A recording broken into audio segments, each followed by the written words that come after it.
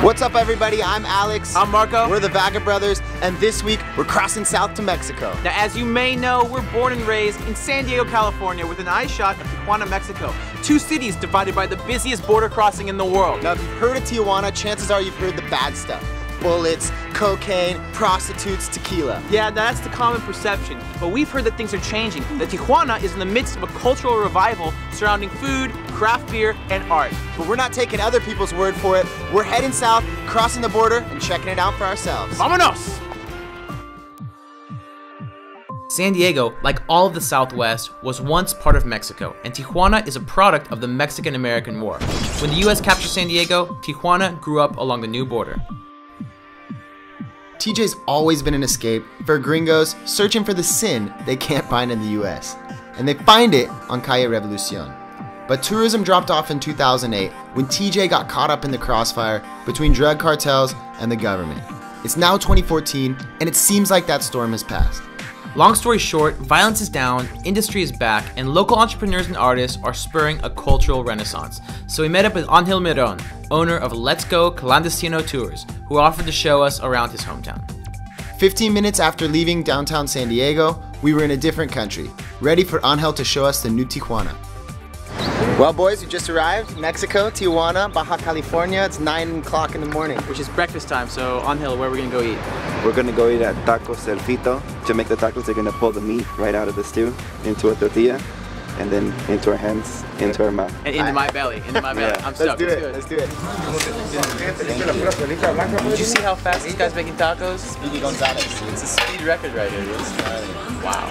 After a traditional breakfast of birria tacos, Angel described a new wave of culinary innovation that began when Tijuana was in the dark days of the drug war.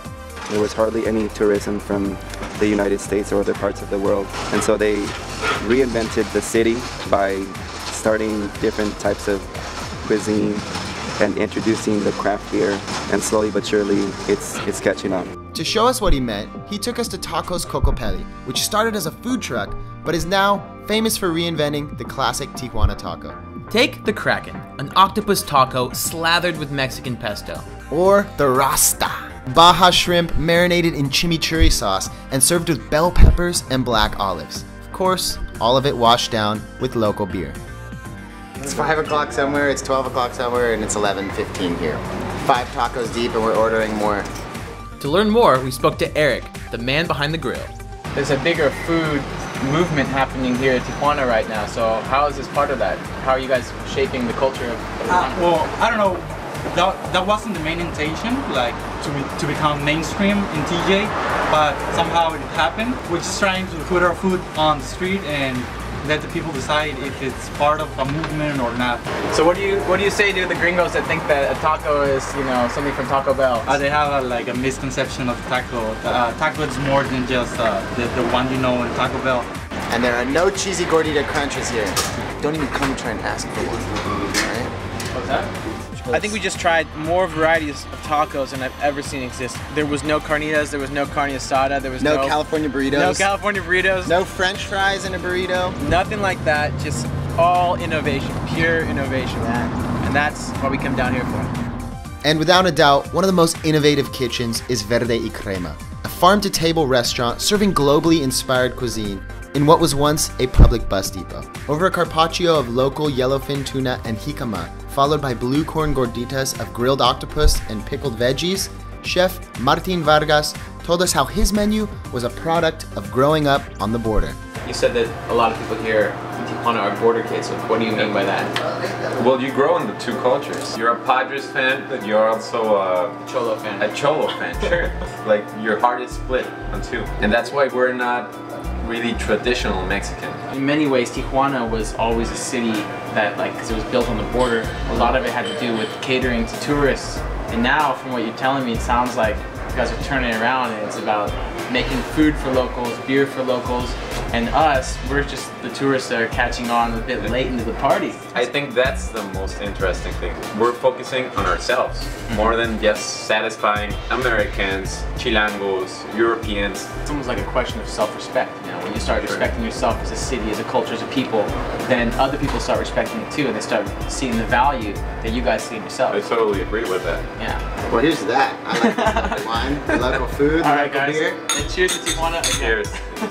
I was pleasantly surprised by basically everything in there. I had no idea that such a cool restaurant, you know, like farm to table, exists in Tijuana. It's obvious that there's a lot of things happening with food, but as much as I love food, now we can try the best part of the whole thing, which is beer. Let's go see what's happening with beer, starting with the beer box just down the street. Vamos. But first, let's get things straight.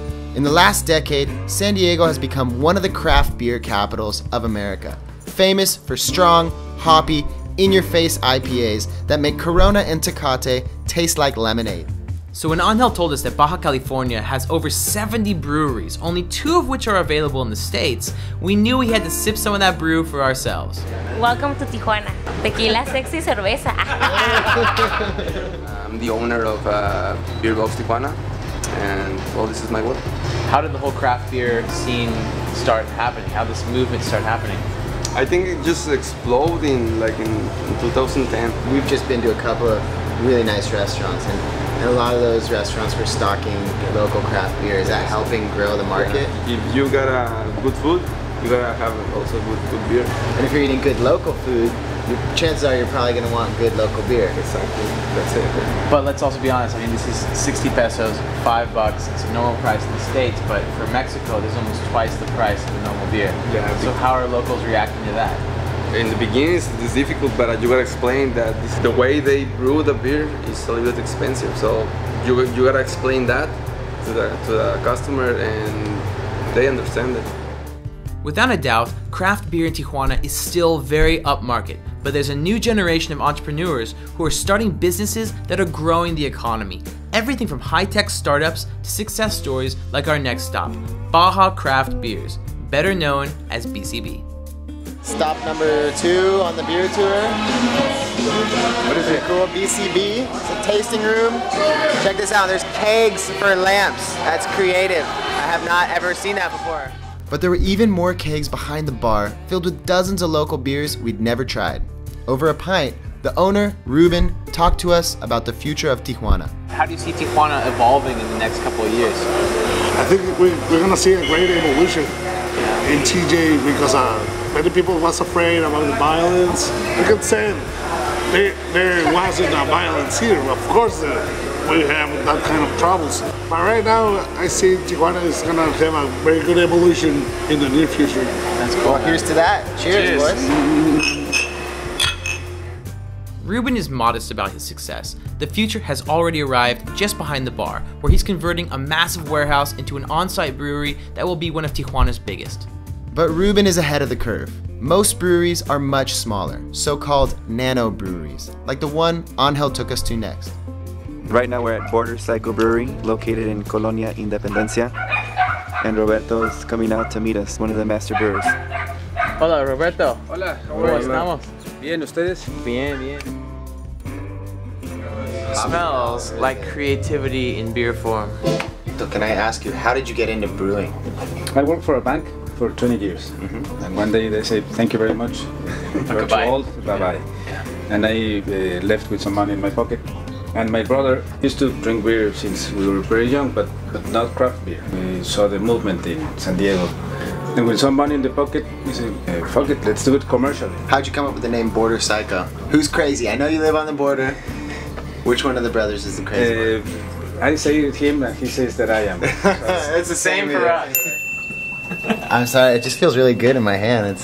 I can see how ladies say, oh wait, hold up. Hey guys, hit the lights. He's a crazy one. What do you feel is happening with the craft beer scene here in Tijuana? We have a lot of influence from the States. It's very easy to see that.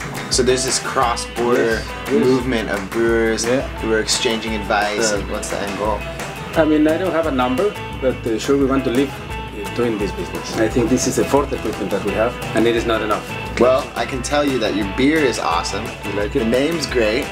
It's easy to drink, and I think that there's good things in the future. Thank you. Thank you very much.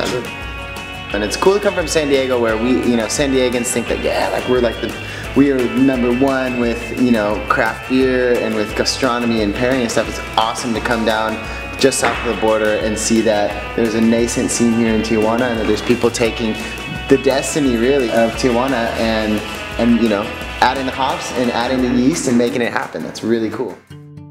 On our way back to San Diego, we passed hundreds of immigrants living around the Tijuana River, some waiting to cross the border, others recently deported.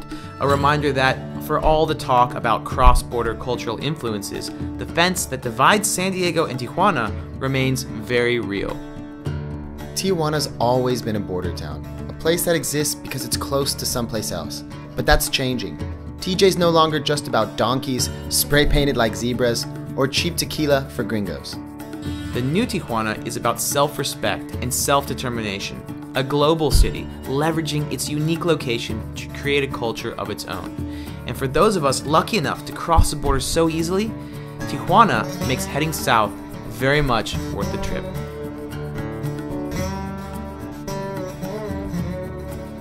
Well guys, we made it back to California safe and sound. Thank you for watching the video. If you liked it, give it a thumbs up, share it with your friends so you can plan your next trip to TJ, and of course, subscribe to our channel. Okay, questions. What do you think about the video? Did we change your opinion on Tijuana? Or are you from Tijuana, or have you been there recently? Tell us where we didn't go that we should check out next time we're going down south. Leave your comments in the box below, and subscribe. Subscribe.